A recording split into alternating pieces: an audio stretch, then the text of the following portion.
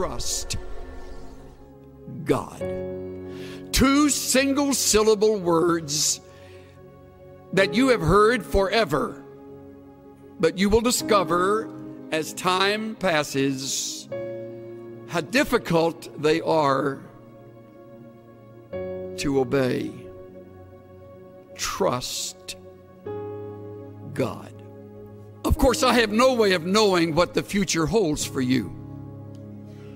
You may lose your home and everything in a fire. You may lose your spouse to an early disease, detected but not cured.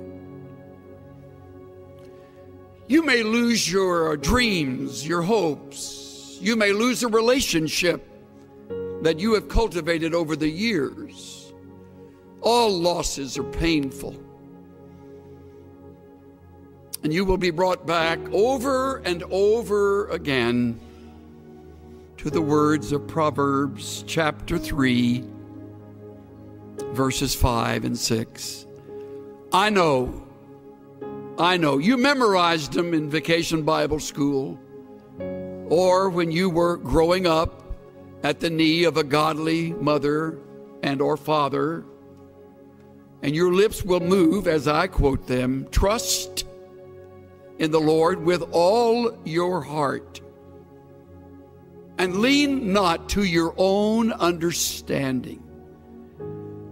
In all your ways, acknowledge him, and he will make your paths straight.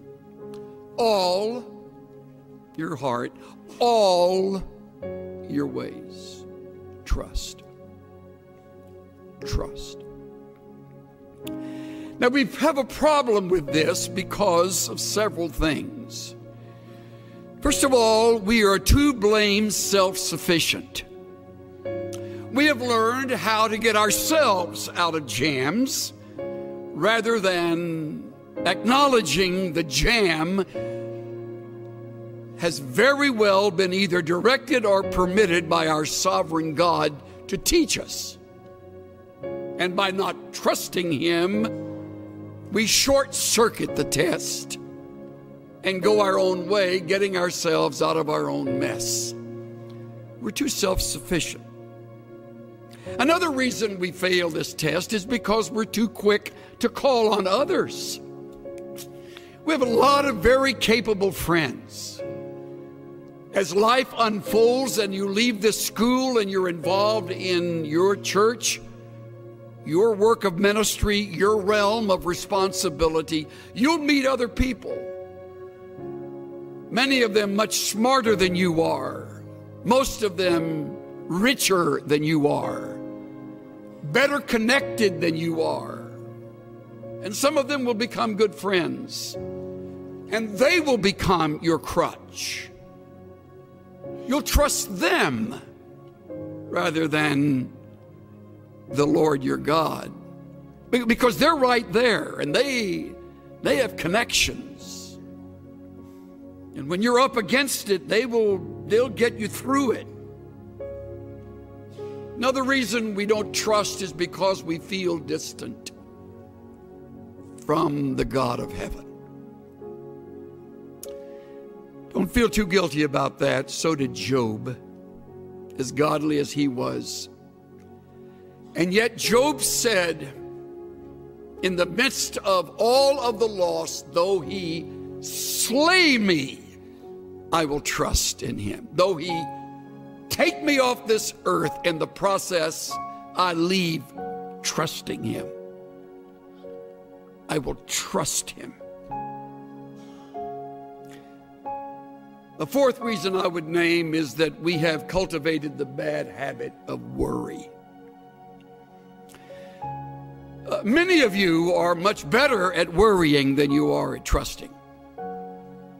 If you were to put together a worry list, it would outrun your prayer list. And you're worried right now about something. Most likely, it's related to something about your schoolwork, some course, some class, some test, or maybe your finances. You don't have enough money, I'll give you a word of encouragement. You'll never have enough money. So you're worried now, you're getting good at it, so you can carry that with you when you graduate, because you won't have enough money then. So you're worried about that. And you do not trust God. See how practical it is? And if you think you're going to outgrow the problem, take it from this old guy today, you won't ever outgrow it. You'll never conquer worry. It's part of the flesh. You want to, but the only way you will get through it so that you will learn from the test is to trust. To trust. To put the worry on hold, to set it aside, deliberately shoving it away and saying, God, at this moment, I rest in you and you alone. If you're married, God, help my spouse and me to trust you. To lean on you, to wait on you, to listen to you, to endure the test with you. I put together a quick list of things that reveal how little we trust. When you choose to worry, you do not trust. When you try to fix what is impossible, you do not trust.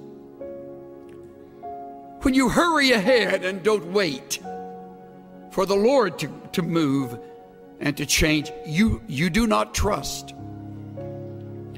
When you lie awake twisting and turning at night, you do not trust.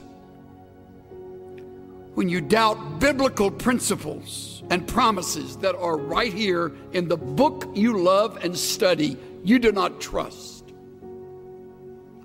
When you turn to others first for help, you do not trust. When you listen to human counsel and give a higher priority to that than the principles you have just learned, you do not trust. When you manipulate and maneuver situations, you do not trust.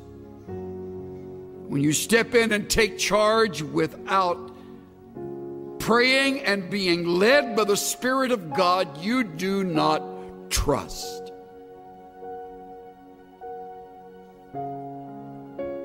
When you cling to others in order to feel secure and needed and loved, you do not trust. The list goes on and on. See how easy it is to live in the flesh, how easy it is to disobey. Trust in the Lord with all your heart. And the Lord taught me through my shameful response. He'll win this battle. Trust Him. Trust me. Trust God. It's so sweet to trust in Jesus. Just to take Him at His word. Just to rest upon His promises. Just to know, thus saith the Lord. Trust God.